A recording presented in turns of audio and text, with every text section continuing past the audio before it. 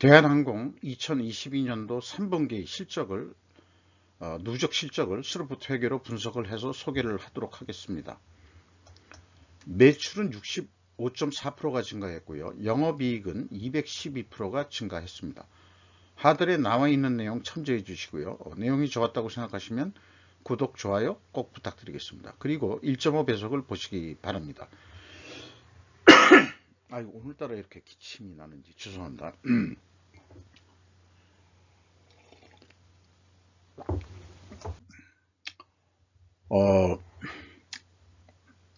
원가 회계 손익으로는 매출이 9조 8천억 원을 달성해서 전년 동기 대비 65.4%가 크게 증가했습니다.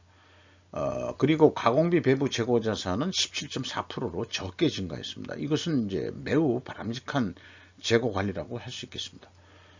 매출 원가는 좀 적게 증가했고요. 그래서 매출 총이익이 146.4%나 증가했고, 판매 관리비 뭐 증가했다 하더라도 워낙 매출 총이익이 크게 증가해 가지고 영업이익은 원가 회계 영업이익은 211% 증가한 것으로 그렇게 됩니다. WCAI 재고는 항공우주 부문 재고라고 볼 수 있겠습니다. 이게 전체 매출액에 대한 그 재고의 그 적게 상승이면 좋겠는데, 이 그 매출의 우주항공 부분의 그 매출액이 얼마인지는 나와 있지는 않습니다. 스로프트 회계로 분석한 내용을 보면은 매출에 비례하는 매출 재료비는 125.7%나 크게 증가를 했습니다. 이 경우에 항공기 운항이 주 종목이니까 항공유 가격이 크게 상승했을 것으로 일단 그렇게 추정을 할 수 있겠습니다. 그래서 스루풋은 48%뿐이 증가를 안 했고요. 스루풋율은 거꾸로 8.2% 하락을 했습니다. 현장 운영 비용이 합쳐서 15.9% 증가해 가지고, 그럼에도 불구하고 절대 금액의 그 스루풋이 증가하는 바람에 생산성 증가했고, 그 다음에 스루풋 영업이익은 2조 3,467억 원이 이익이 났습니다. 원가 회계 영업이익보다 167억 원이 적은 수치인데, 이것은 그 항공우주 사업 부분의 재고가 증가했기 때문일 것입니다. 재고자산 내역을 보면은 그 제공품이라는 게 항공우주 사업 부문 쪽에 제공품이 299억 원이 증가한 것으로 그렇게 인식이 됩니다. 전체 재고는 1535억 원이 증가를 했습니다. 이 정도 규모라면은 원재료는 그 이 항공유가 일부 들어가 있는 거로 그렇게 인식을 할 수도 있을 것 같아요.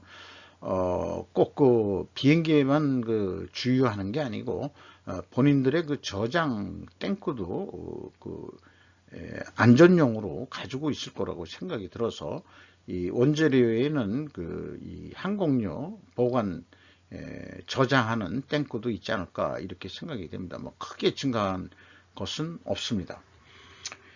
이런 걸 봐서라도 그 저기 항공우주 부문은 좀 자회사로 독립을 해서 전문화를 해야 되지 않겠냐, 이렇게 좀 생각이 들어갑니다. 경영평가 지표부터 말씀드리면은, 이거는 제조업이 아니기 때문에 그 항공업도 저는 크게 봐서는 로지스틱 물류업이라고 보기 때문에, 유형자산 중에 다 항공기만 있는 게 아니고 뭐 건물도 있고 비품도 있고 뭐 그렇겠지만은, 그걸 뭐 일일이 이 재무제표에 나와 있는 성격이 아니기 때문에 유형자산 회전율로 봤습니다. 이 회전율이 그 0.3에서 0.5 회전 상승했다 그러면 매우 크게 상승한 것으로 이렇게 됩니다. 그럼에도 불구하고 스루풋율은 좀 떨어졌다는 거죠. 생산성은 거꾸로 증가를 하고 그 운영비용이 적게 증가해 가지고 그렇습니다. 그래서 그 원재료라는 게 항공유인데, 항공유가 그 평균 올해 73.5%나 크게 인상이 됐어요. 근데 그 재료 비율 물론 이 우주항공 부분에는 자재도 일부 있겠습니다만은,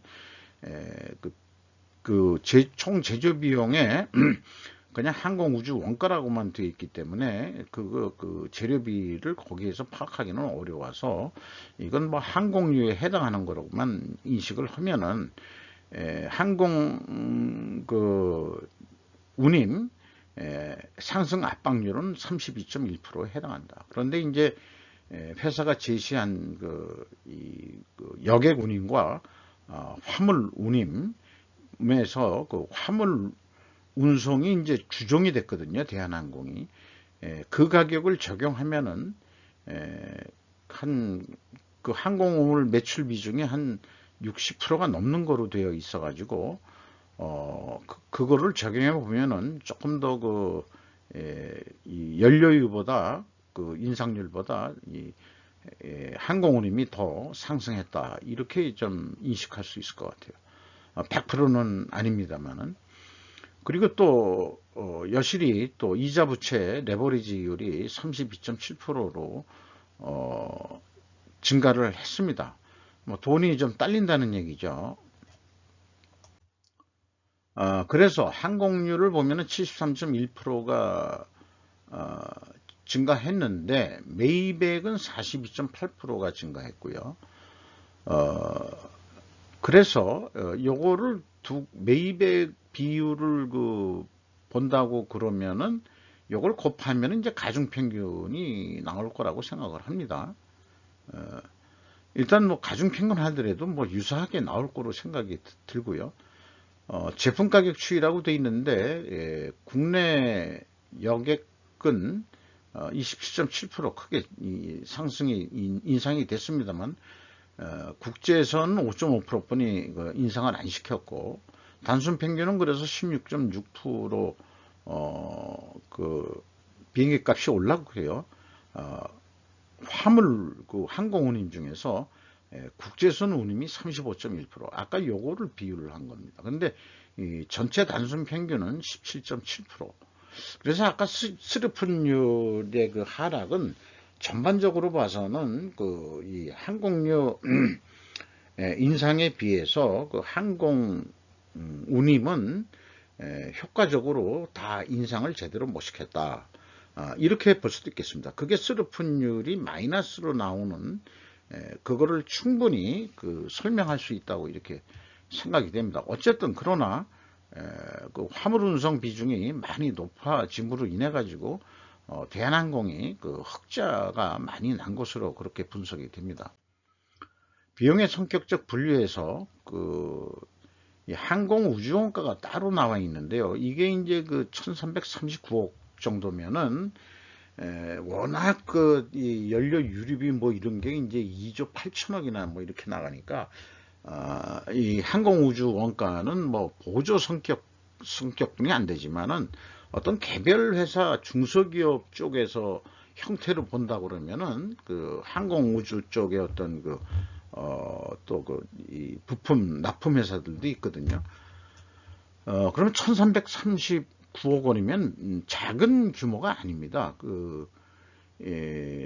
대한항공이 엔진 정비 기술이 매우 좋은 오랜 경험에 의해서 기술이 좋다 그래서 보잉에서 많이 수리를 맡기고 뭐 그런다는 얘기를 들은 것 같습니다.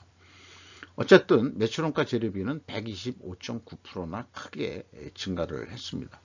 운영비용은 15.9%뿐이 증가를 안 했어요. 그리고 가공 비율이 71.8%에서 56%로 크게 떨어졌습니다. 이건 역시 항공유가 크게 인상이 됐다, 이렇게 볼 수 있겠습니다. PQ 총 제조 비용의 차이가 있는데요. 이것은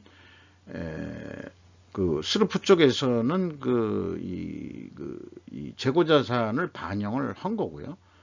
회사는 재고자산에 대해서 파악할 수가 없습니다. 그게 이제 항공 우주 원가 안에 포함되어 있다고 봐지는데 1130 매독이죠. 거기에 분명히 재고자산의 변동 액이 포함이 됐을 거라고 봅니다. 그래서 대한항공인 경우에는 항공우주 사업부문하고 그 다음에 이제 항공 운송 그 부분하고 병기해서 학계획을 내주는 게 바람직하지 않겠냐, 그렇게 생각이 듭니다. 그렇게 친절한 금자씨처럼 안 해줄 것 같아요. 근데 친절한 금자씨라면 해줄 것 같은데. 주요 운영 비용 중에서 인건비가 1조 2천억 원대나 집행이 돼가지고 전년보다 22.7%가 증가했고요. 직원 수는 447명이 줄었습니다. 이것을 감원했다고 보기는 좀 어려울 것 같아요. 왜 그러냐 그러면은 그 18,000명 있을 때 평균 그 3개월간의 임금이 5,500만 원인데 이번에 6,950만 원이거든요. 그래서 제 생각에는 그 기내식하고 그 면세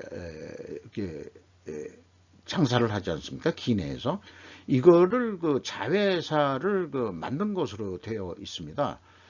그럼 그거는 누가 운영하냐 그러면은 조연아 씨가 그 좀 땅콩 회항으로 뭐 유명인이 됐었죠. 그 저기 그 악녀라고 그래야 되나, 악동이라고 그래야 되나. 문재인 정권 때 아주 계피를 받는데 뭐 경영이라는 게 꼭 인격이 좋아야 하는 건 아니라고 저는 보는 입장이기 때문에 뭐 좋다 나쁘다 그렇게 얘기하고 싶은 생각은 없고요. 그렇다고 또 두둔할 생각도 없지만은 기내식 및 면세품 이 자회사 만드는데 조연아 씨가 그 책임자로 가지 않았을까, 그런 생각을 해보는데 이제 비상장 기업이니까 잘 모르겠어요. 아직 뭐 그 공시 의무가 있는 그런 업체는 아닌 것 같고 뭐 이런 그 상상을 해 봅니다. 그래서 임금 인상률이 25.8%나 인상이 된 효과를 나타냈습니다.